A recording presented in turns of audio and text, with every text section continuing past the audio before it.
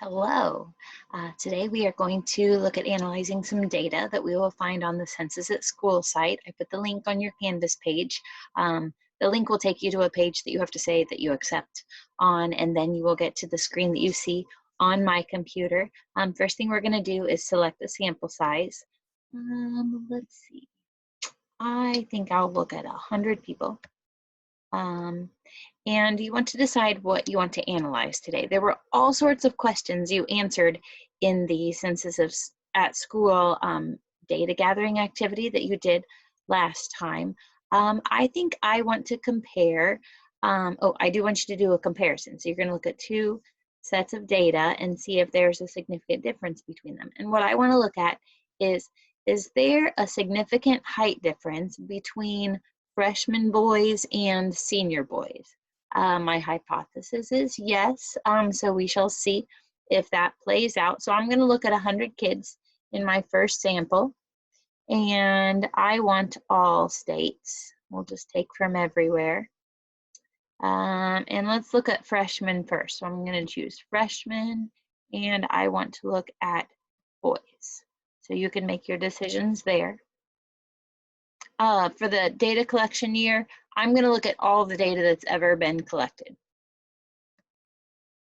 This is when I hit submit, it is finding a sample of all of their responses. So it's choosing randomly from their responses and giving me 100 responses here. So I'm going to download the data, and a spreadsheet just came down here in the downloads section of my screen in the bottom left there. So I'm opening, it'll open in Excel. So give it a second to open up.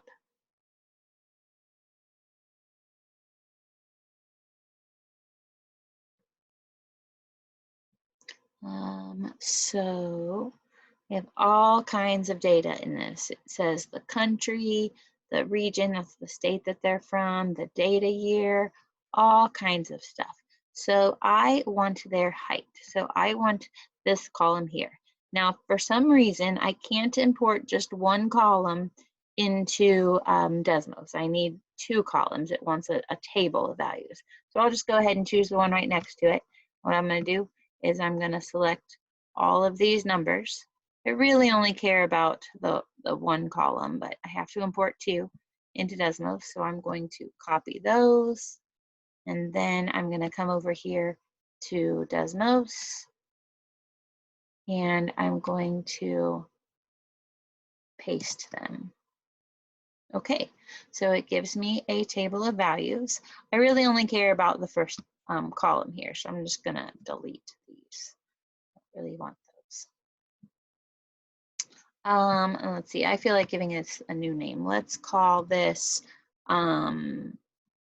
freshman.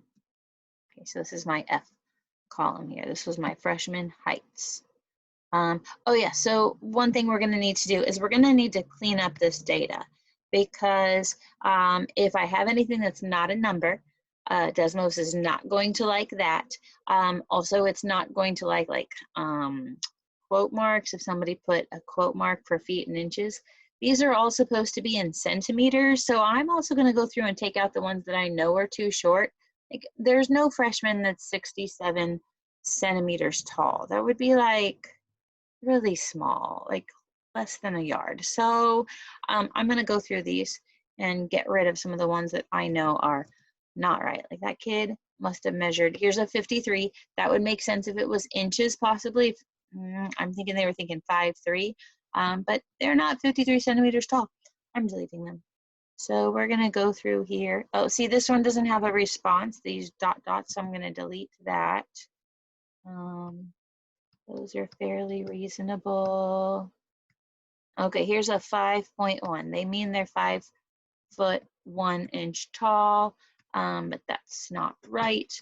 So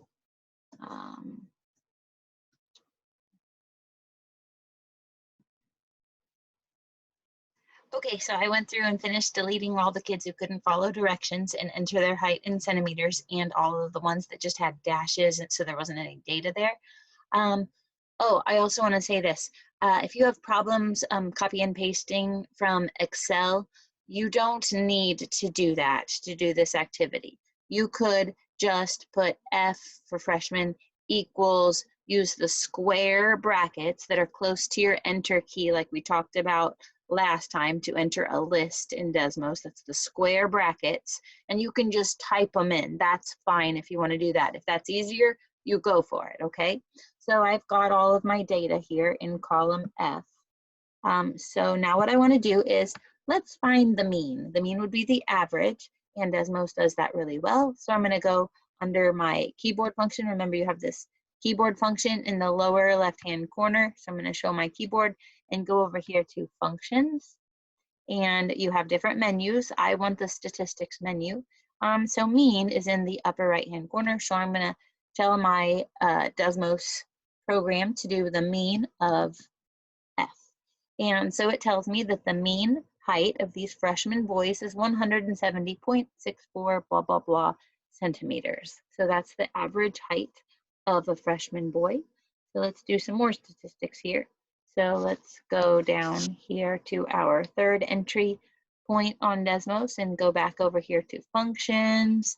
And how about the standard deviation? We talked about that as a way to know how much plus or minus to go from the mean to see where you'll get a lot of the people. One standard deviation will cover a lot of the people, usually around 68% of the people.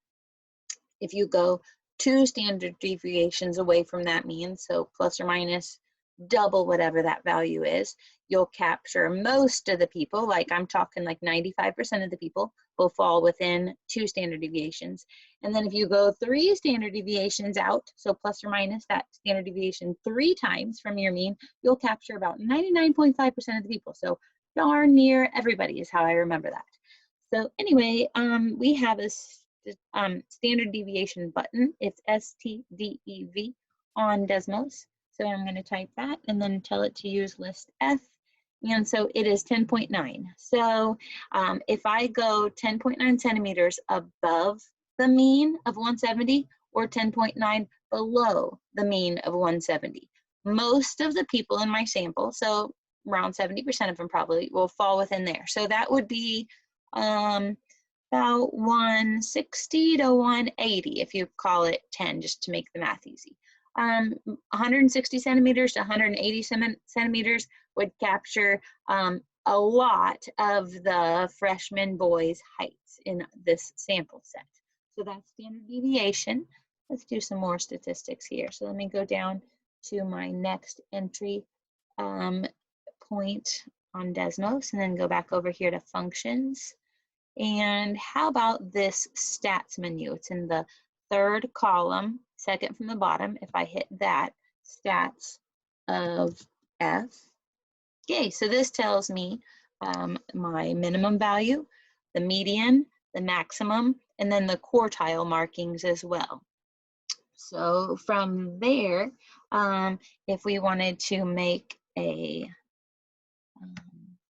box plot, so functions, let's see how this looks. So distributions, visualizations of this. So a box plot is the Desmos word for a box and whisker that you did in middle school before you had me.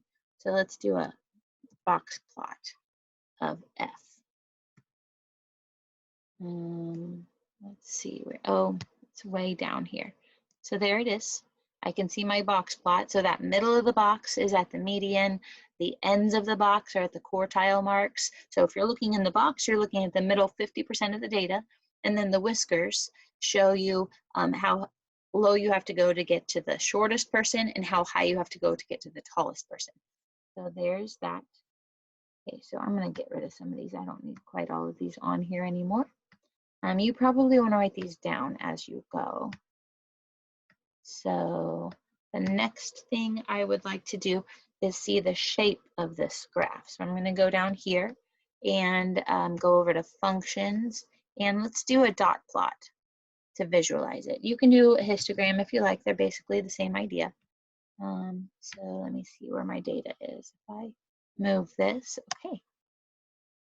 So there's the shape of my data here.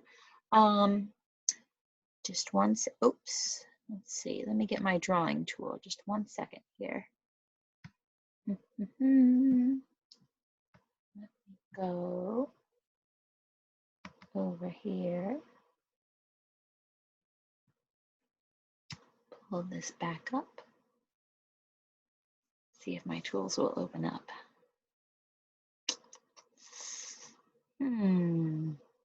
Okay, well, oh, there they come, okay.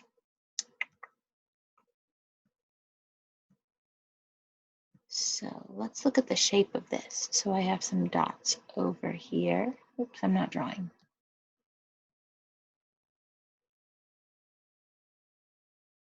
So there's my overall shape.